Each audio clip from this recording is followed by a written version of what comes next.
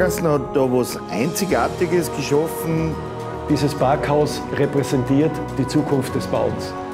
Es ist ein Once-in-a-Lifetime-Projekt. Das CO2-effizienteste Holzparkhaus der Welt. Das Holz ist natürlich die Genialität. Wir können es schon gar nicht mehr erwarten, dass wir endlich reinfahren in das Holzparkhaus und das erleben.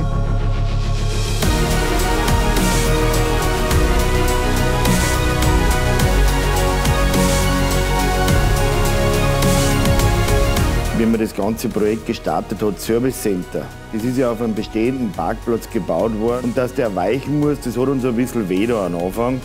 Und dann haben wir gesagt, wenn wir aber jetzt wieder einen neuen Parkplatz machen, warum konnte der nicht in Tegel und warum konnte es nicht ein Parkhaus werden?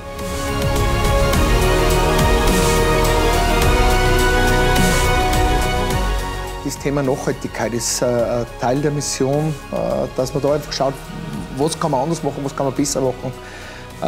Für das Thema der erneuerbaren Energie, aber auch im Unternehmen, welche Möglichkeiten hat man. Und da hat man sicher mit dem Parkhaus auch wieder ein Thema gefunden, wo man aufzeigen kann und nicht nur einen grünen Punkt machen im Prospekt.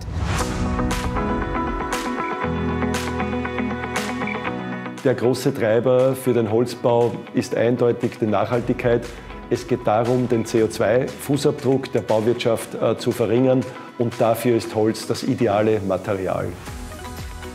Es steht ein sehr großes Team hinter dem Projekt. Ich bin sehr froh, dass ich da bei uns im Büro, bei den Matulik Architekten, sehr kompetente Mitarbeiter habe.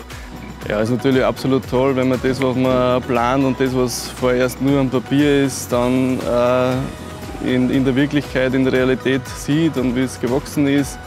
Und wenn dann noch so ein Produkt oder so ein Ergebnis dabei rauskommt, wo die Ästhetik und die Funktionalität einhergehen, dann ist das natürlich optimal. Wir haben 500 Parkplätze auf 10 Ebenen verteilt. Das Ganze eingekleidet mit 3400 Quadratmeter Lärchenfassade. 30 E-Ladestationen sind verfügbar, die vom selbst erzeugten PV-Strom am Dach gespeist werden. Von dem Thema Nachhaltigkeit haben wir nicht nur das Thema des Holzparkhauses, sondern auch, wo es erzeugt wird, wo es gebaut wird. Und da haben wir mit der Firma Wihag 4 Kilometer weiter von uns einen sehr, sehr regionalen Partner gefunden.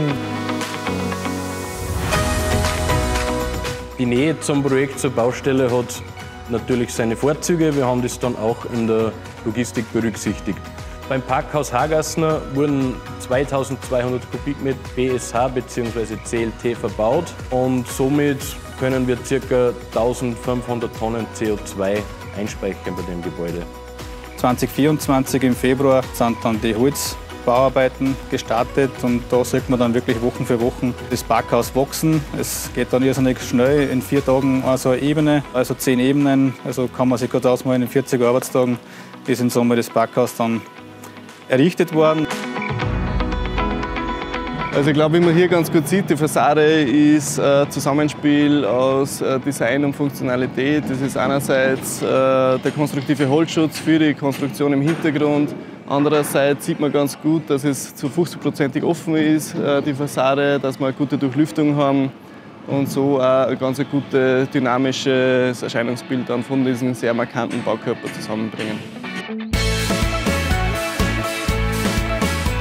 Ja, ich fahre jeden Tag da vorbei, wenn ich herfahre in Torwart, und es ist halt faszinierend, wenn du auf die Nacht heimfährst und was wieder passiert ist und was wieder gescheit. Und man sieht einfach jetzt extremes, schnelles Wachstum bei der Baustelle. Wetter passt und das ist halt schon wirklich eine Freude, dass man sagt, es funktioniert, die Handwerker Hand in Hand und beißen rein. Die ältesten Holzbauten der Welt sind Tempelanlagen in Japan, die über 1000 Jahre alt sind. Also insofern sollte ein langer, sehr, sehr langer Lebenszyklus möglich sein. Ich glaube, dass die ganze Holzwelt aus Österreich und womöglich auch aus Europa auf dieses Projekt schauen wird, weil es in dieser Dimension und in dieser Anwendungsweise ein einzigartiges Projekt darstellt.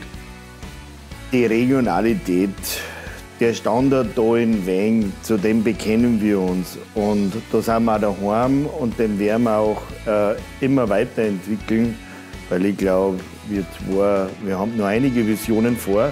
Da wollen wir einfach extrem positiv in die Zukunft schauen. Ja.